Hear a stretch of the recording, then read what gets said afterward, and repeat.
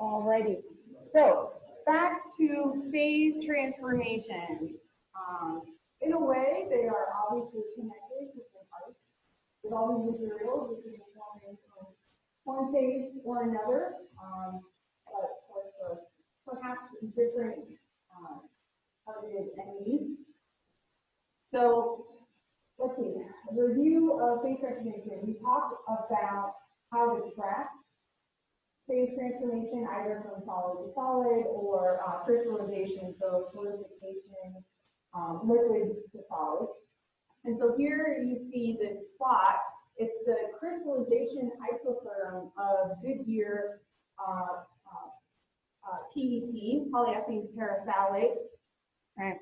And so what you see here on the y-axis is this theta versus log of temperature in seconds, right? So you see something that resembles the Avrami equation or the Avrami plot that we've been talking about. It looks inverted, right? The S curve looks a little bit inverted, and that's because it's 1 minus the amount that's transformed. And thus far, we've talked about the percent or the fraction that's transformed. And so if you just invert it, you get the sigmoid or the S curve that one would expect from the Avrami equation.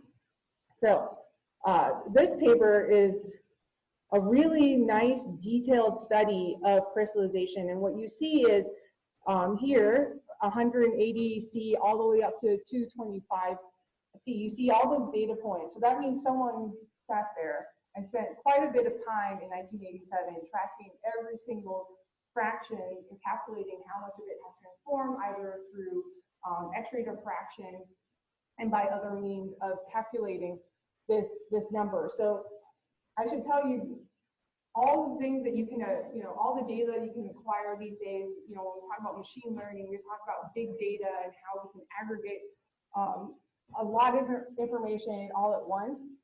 It's not so long ago, and obviously well before the time that most of you were born, that somebody had to sit here and painstakingly and really carefully collect this beautiful data set, right? So that's one of the reasons why I also wanted to show you guys, is because with all the databases that we have today and such, you can still just open up a journal article like this and appreciate the amount of really nice, careful science that was done then and now as well. And this data actually came from right up the street in Toledo from Owens before they became Owens Corning, which of course is now became a glass company that also makes all of the glass in your iPhone, so Gorilla Glass, right? And the interesting thing there is there's been a long history of glass and glass science, of course.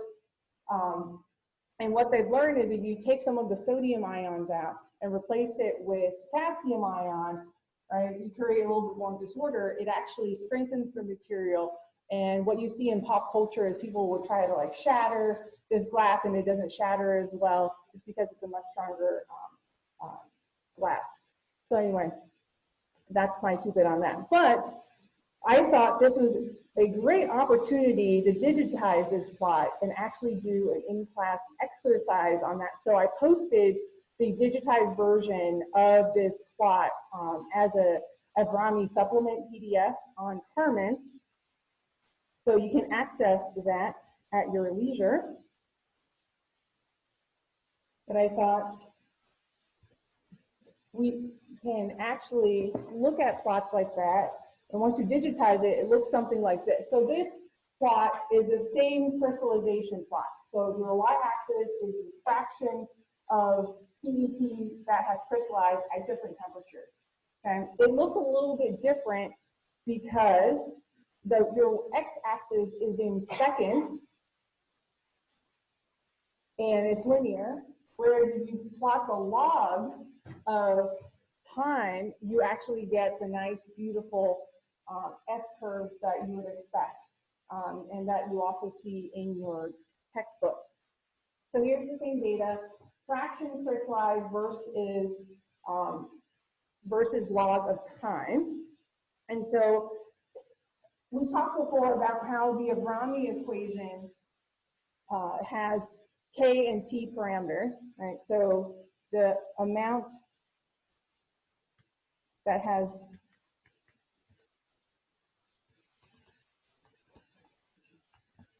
transformed Y can be described as 1 minus e to the negative kt to the n.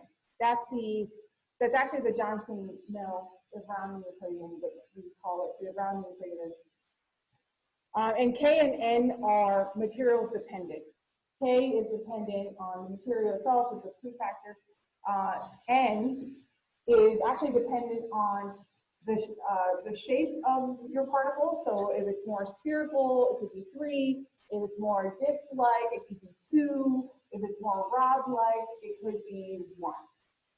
You can also have n equals 4 and 5 depending on certain assumptions that you make when you're doing these crystallization studies. I mentioned previously that typically n is 1 through 4. You have a good sense of that. It could also be 5, but higher orders like 10, 11, that would be highly unusual in this type of equation. Okay? So you have a good sense when you're doing these calculations, what should you be expecting and what is physical, so you can do a quick sanity check. Okay, so there's an example in your book, 11.2, that goes through if you're given K, how do you calculate N, or if you're given N, how do you calculate K or some fraction? Basically, how do you manipulate this equation so that you can get the amount, the fraction that has been transformed? Here, what we're going to do is manipulate both. We're going to solve a system of equations if you don't know K and you don't know N at all. Okay, so the question just asks, what are the values of K and N for PET? And so what we can do is we can take a look back at the curves and look at the data, and we have a series of temperatures, okay? So in theory, you should be able to take any data point or a set of data points, solve this set of equations, and then backtrack. So you can solve for N and then compute K from the Avrami equation once you have N. And it should hold across all of these temperatures, okay? So it should be temperature agnostic is what I'm saying, okay? So then it would probably make sense for you to pick a data point that's easy to work with. Given all the data points that you have here, you can make it manageable if you pick nice data points, like, where you can read off the plot pretty easily, like here. If you try to read off of something like this, sure, you can approximate, but, there will be probably a larger margin of error just because the human eye, that's pretty difficult to read, but that's okay. And why I say it's okay is because you're making an approximation, right? You're learning the methodology, manipulating the equation, and this is a proxy of a paper plot, right? So this is a digitized version of a plot. There wasn't a data table that was given to us with exact numbers, okay? So it's okay to be sort of uncomfortable and just know that there's going to be a margin of error somewhere. Okay, so that's that. So then if you say, okay, well, if that's the case and I want to solve for N first, you have to manipulate this equation so that you get N out of the exponent, okay? So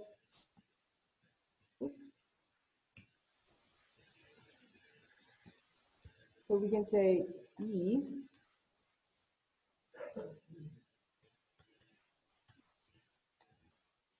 is equal to Y minus 1, okay? So basically all I've done is just move the 1 over, and that's all I've done. You can also have a number of strategies where you say, you can also move the Y over. It doesn't really matter so much. So if you do that, and then you take the log of both sides, you get, I should have set it up the other way, but all right, I'm moving this back to the left side of the equation just for consistency.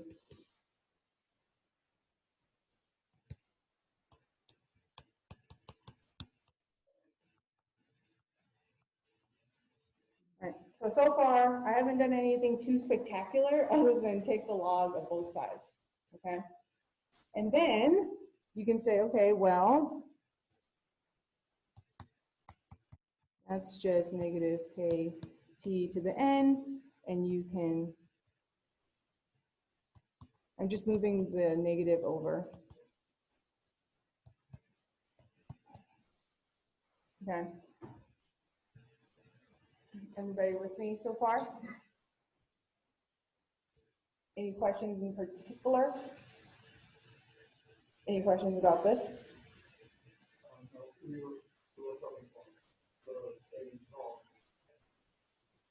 Yeah, spatial log.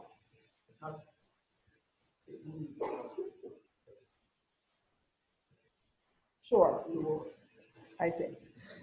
Okay, so now if you want to move n down,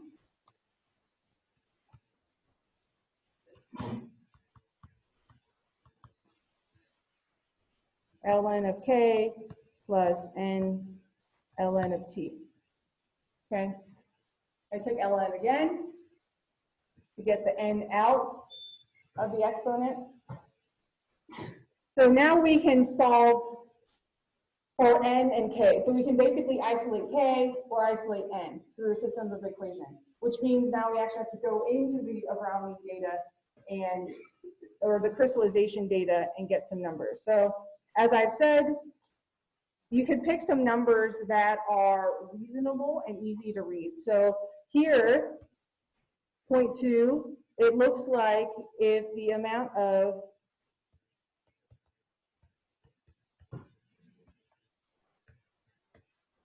at about 50 seconds, 0.2 of the PT has been crystallized at 225. So I'm going off of the 225 degree C curve.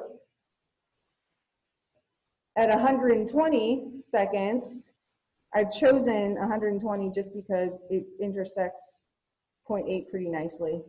There's a data point right there for me to read off of. So at about 120 seconds, 0.8 of the amount of PET that you have has crystallized. Okay, so using these two data points, I can now create a system of equations where I can manipulate this and solve for K or N. So I'll solve for N. So here, if I have ln, I still don't know what K is. I don't know what N is, but I know at 50 seconds, the amount transformed has been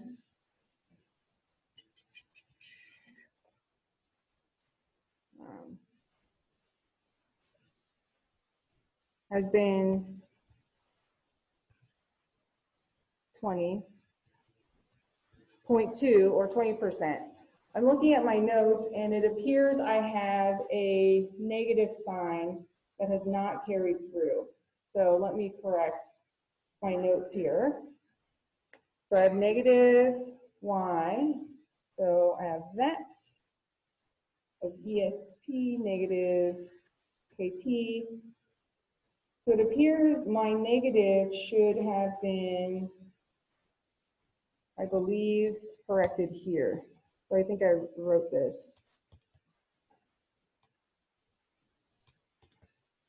backwards.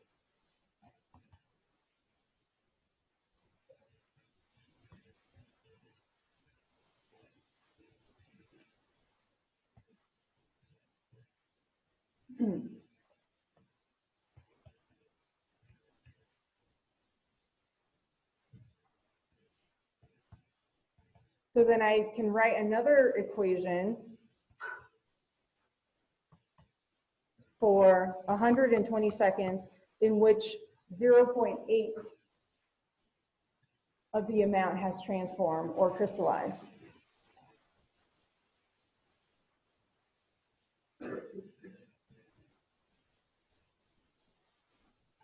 Okay.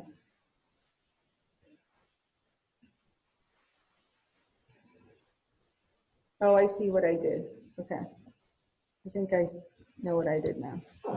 I just erased the negative sign. So basically what I had before was correct, but I had two negatives. And so either way that you write this should be fine. The negatives work themselves out. I just had it the other way in my notes before. So anyway, so with this set of equations, I can say, okay, if I subtract one from the other, I can get rid of ln of k. Okay. So if I subtract the two equations, I can get something that looks like this. ln of negative ln of 1 minus 0.8 minus ln of negative ln of 1 minus 0.2 is equal to n. I can factor n out, and I can get ln of 120. Make sure that's right.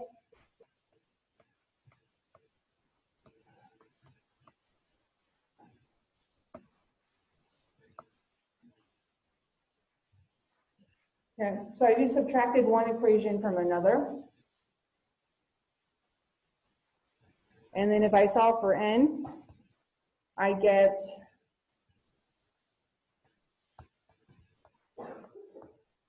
.257, which seems about right. It's on the order of what we would expect. And if I now solve for k, right, I have these two data points right here. I can plug in what time is, and I have y, the fraction that's been transformed. So if I plug that in to the original Avrami equation, I can get what k is, and k, so semicolon, k I calculated to be 3.27 times 10 to the negative 5. Okay.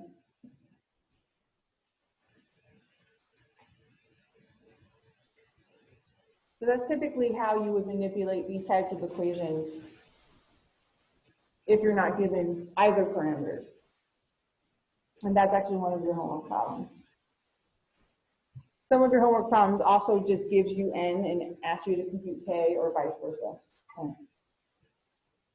Any questions so far?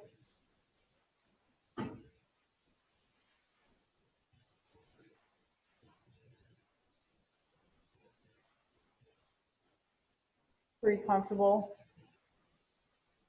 with manipulating these types of equations? Basically, you just have to isolate the variables that you need. Okay.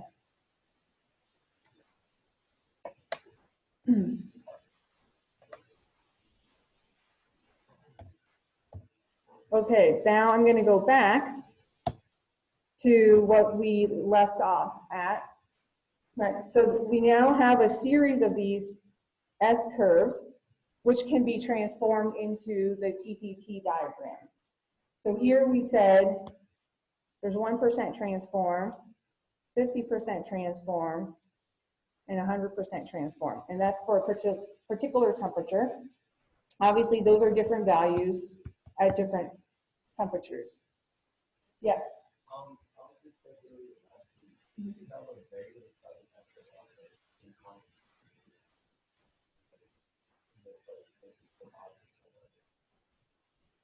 Well, for negative,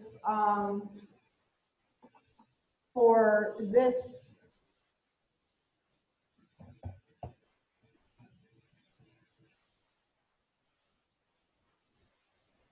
where is it negative? So like up there, you have natural log of 1 minus y. Mm-hmm. Mm-hmm.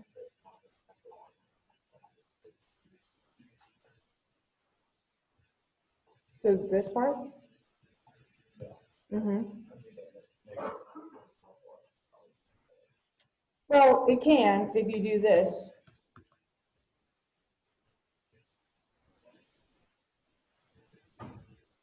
It just becomes a fraction. Just rule of log. Yes.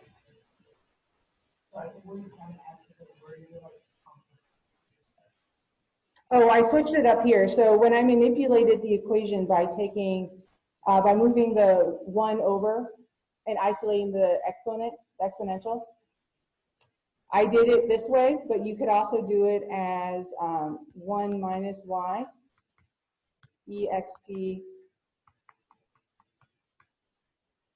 Yeah. Oh, this pair, yeah, it can. So if you do this, the negative, basically, I did that when I did it the first time, and then I just flipped it all on you. So basically, I canceled out my own negative. Either way is consistent, and it will work out to be 2-ish. Another way to fact check, or just to check the methodology, is plug in K and T and see if you get something on the plot, and you will.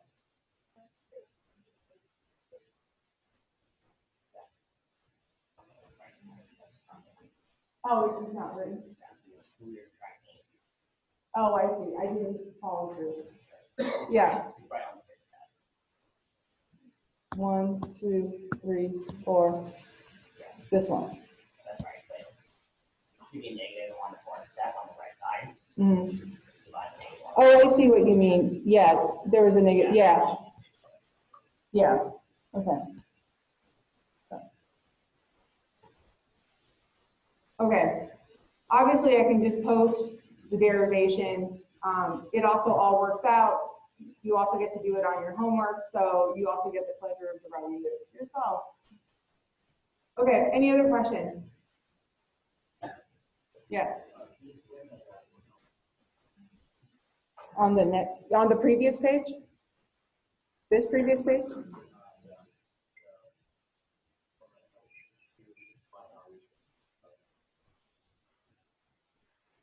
So I read this off of the plot.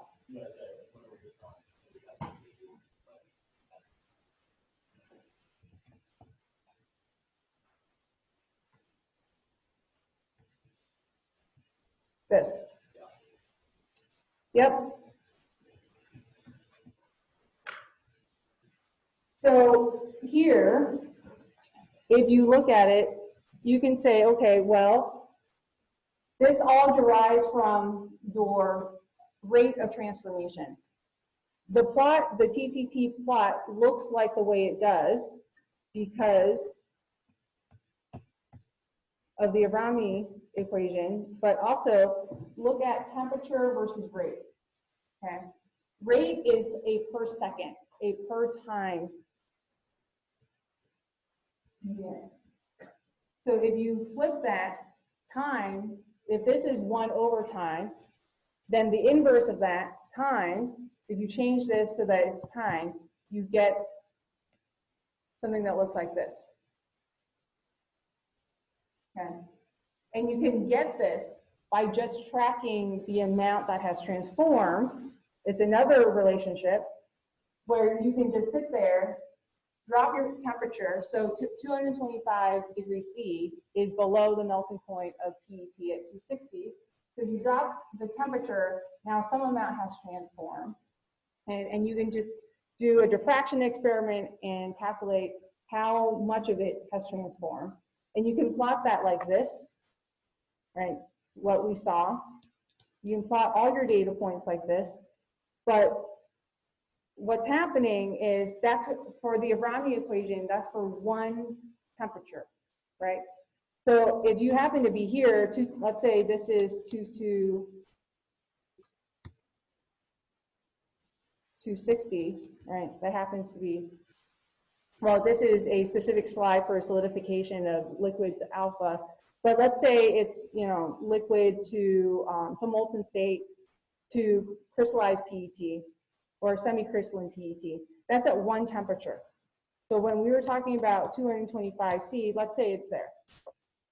So for 1%, the amount of time that it takes for 1% of PET to transform, that's your one data point right there. And then you have another temperature.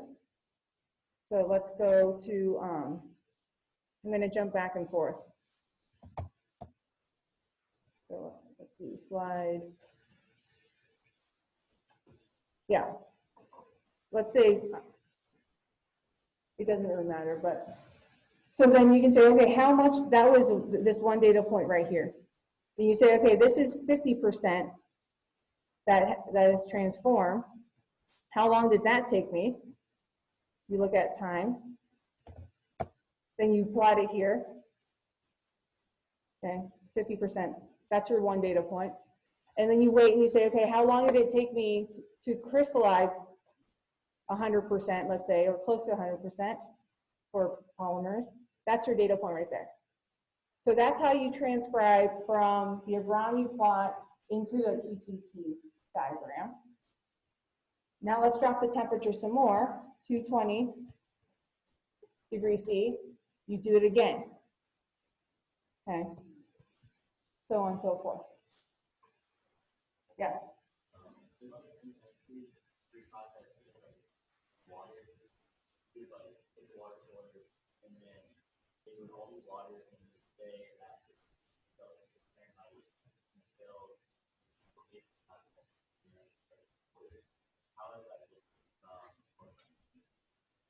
How is that different from what?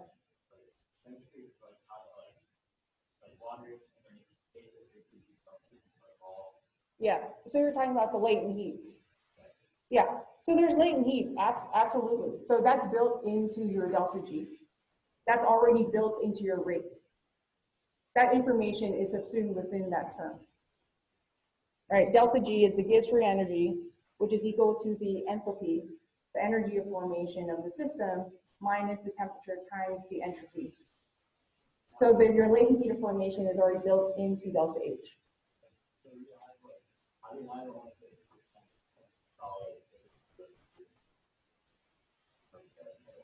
Well, you can hold it there. I mean, it's going to take some time, right?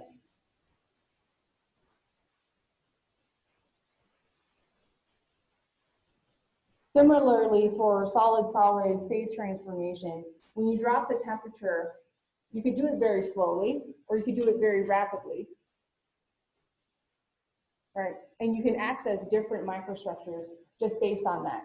And the TTT diagram tells you that. So you have a latent heat of formation, but that formation could be for a metastable phase. What you're talking about is an equilibrium phase diagram. This is non-equilibrium, or you can get it to be non-equilibrium. You can also drop the temperature and then hold for a long time. That could also work. So this diagram tells you how to manipulate your material because it gives you information about the time that you have to work with your material when you drop the temperature.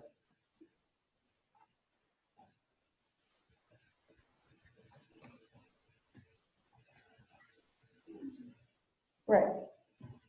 So how does the transformation actually happen?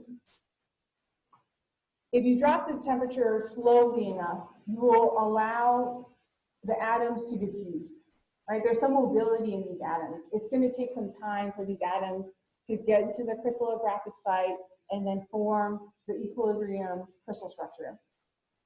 If you don't do it very slowly, then it can be diffusionless. So basically where the atoms are to begin with, and you drop the temperature very quickly, you can get what's called Martensitic transformation, where it's diffusionless. And we'll talk about the mechanical properties of a Martensitic phase. But you can have, obviously, a physical change with diffusional phase transformation. So here, if we look at, just iron, if you follow the blue arrows, if you just look at this iron-carbon phase diagram without any carbon, if you're just dropping the temperature, you're just accessing different phases. So it's just a physical change, right? We talked about the allotropes of iron, going from solid BCC to FCC, and then BCC again. There can also be a chemical change. So when we talk about the phase diagram, we have this degree of freedom on the x-axis where you can have different compositions of carbon. So you can have a chemical change, but when we were looking at the TTT diagram, your composition is not changing. Okay, your temperature is changing, your time is changing, the transformation, the phases that you're accessing is changing, but your composition is not changing.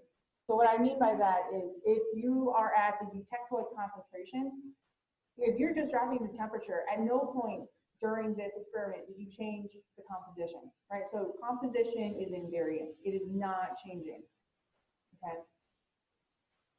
But you can do that, and if you do that, then you can also look at the phase transformation at different compositions, in which case you would have to make different TTT diagrams for different compositions because they behave differently. Okay, dropping the temperature for 0.76 weight percent of carbon, that TTT diagram is not going to look the same as something that's hypo-eutectoid or hyper-eutectoid. Okay, so emphasis, composition is not changing. Okay. And that would be different from the phase diagrams that we were used to, where composition is changing. So the microstructures that you've seen before look something like this, where you can have perlite. And so if you start off with the iron-carbon phase diagram, and let's say you're at the eutectoid composition, you start off above 727 degrees C, and you have some polycrystalline gamma. Okay? And that austenite, when you drop the temperature over some finite period of time, here it's looking like under a second. Let's say you drop the temperature under a second, and you're dropping it by basically 100 degrees Celsius. If you drop that temperature and then you hold, so now you're not changing the temperature anymore. Now you're just holding at that temperature, you will see a transformation in the microstructure itself. So first you have the austenite, and then it transforms, it starts to grow into this pearlitic structure. So this is, up until 50% transform or 0.5 transform, and then to here you get 100% transformation, and then your microstructure ends up looking like this coarse pearlite. Okay. So this is what you're used to previously in phase diagrams. Now, you can refine that structure from coarse pearlite to fine pearlite. So you can make these stripes thinner. And if you quench quite a bit beyond this temperature off of this TTT diagram, you can actually get Martensite.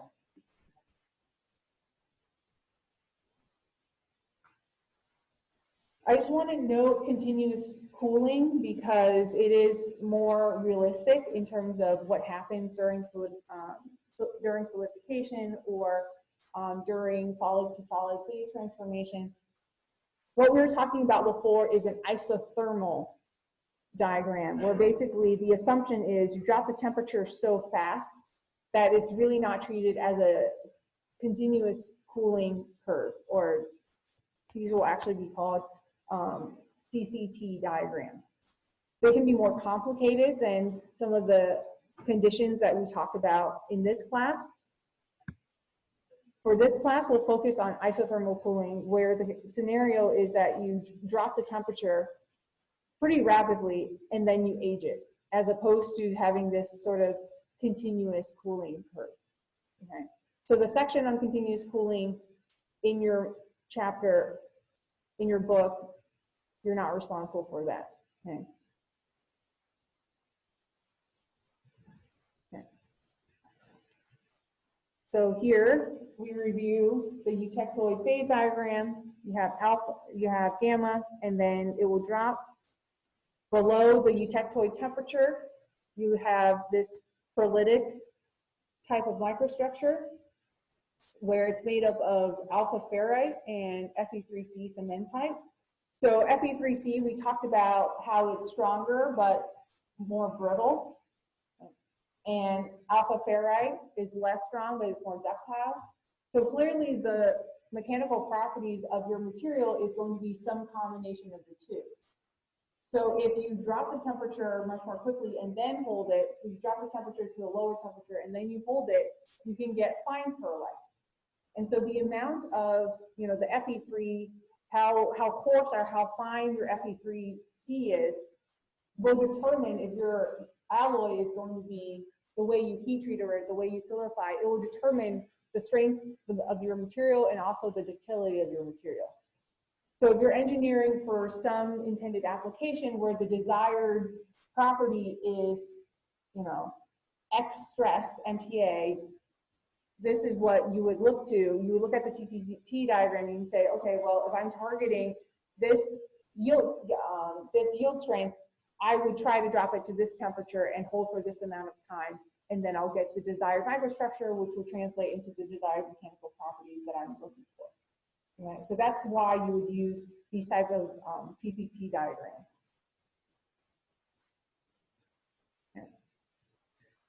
And I want to emphasize again that if you drop the temperature to something very low, you have built in a huge driving force for transformation, but your diffusion is going to be lower, right? When we were talking about nucleation and growth, we were talking about how at lower temperature, you have higher rates of nucleation and lower rates of diffusion.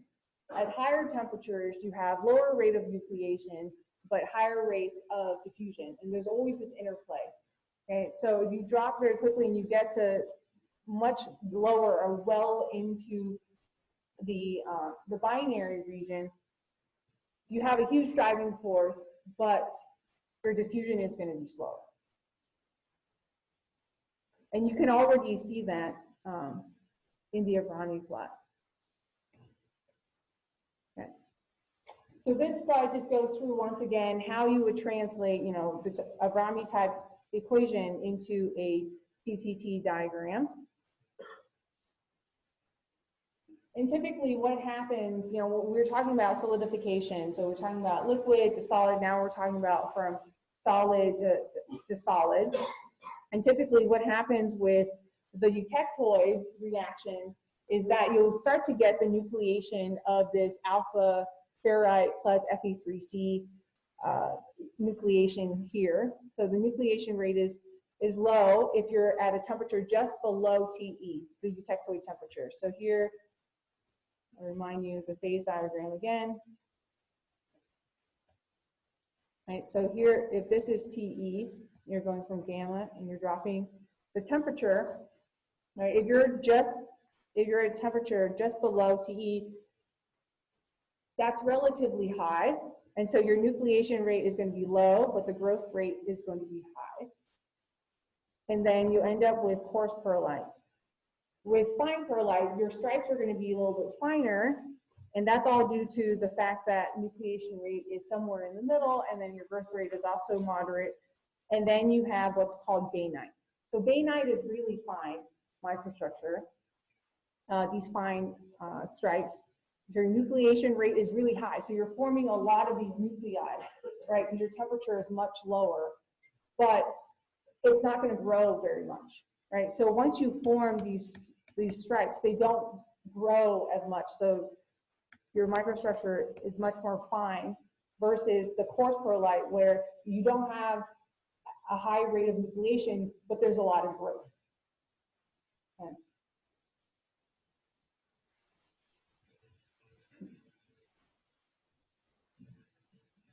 So here you see a diagram of that, as well as some optical spectroscopy, where if your transformation temperature is just below the Eutectoid temperature, you could see that these stripes are quite coarse relative to if your transformation temperature is well below your Eutectoid temperature, and you get finer structures like this.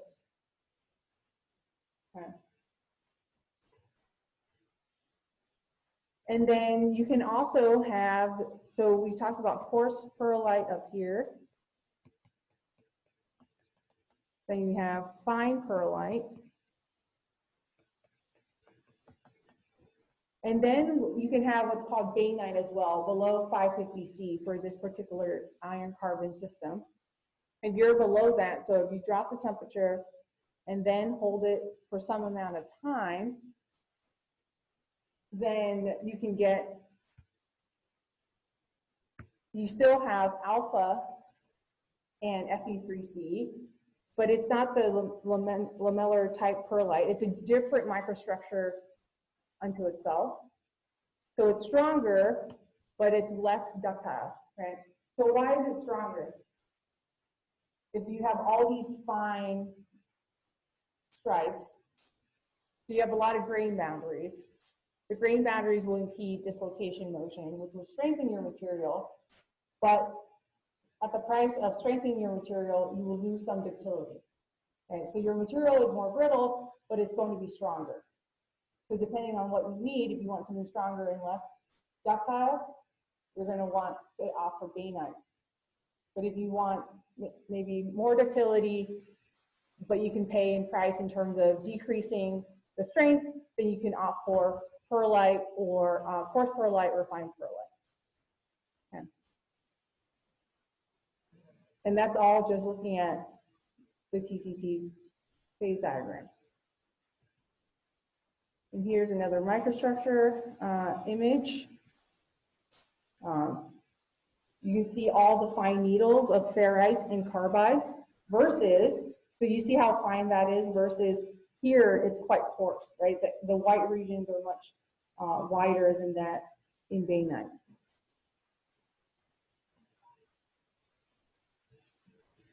Okay. Now, if you take perlite or bainite and then you heat it back up again, you can get what's called spheroidite. Now, what happens when you increase the temperature? What is the rate of diffusion relative to lower temperature?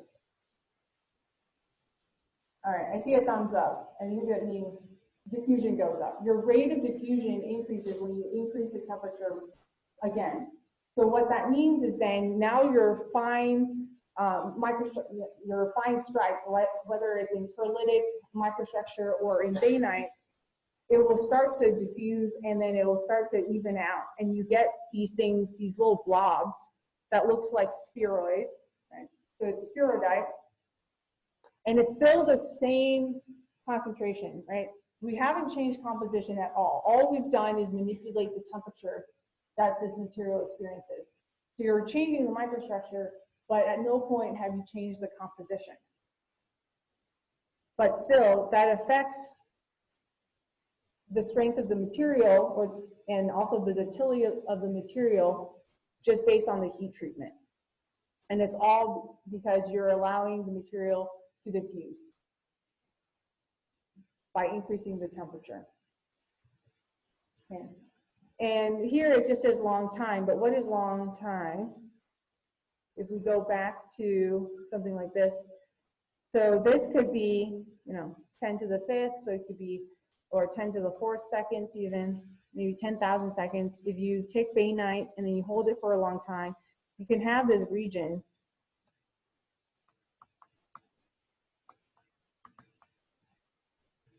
of spheroidite. But then you have to bring it back up a little bit. So you're manipulating time and temperature to get the transformation that you want. So just a review, coarse perlite,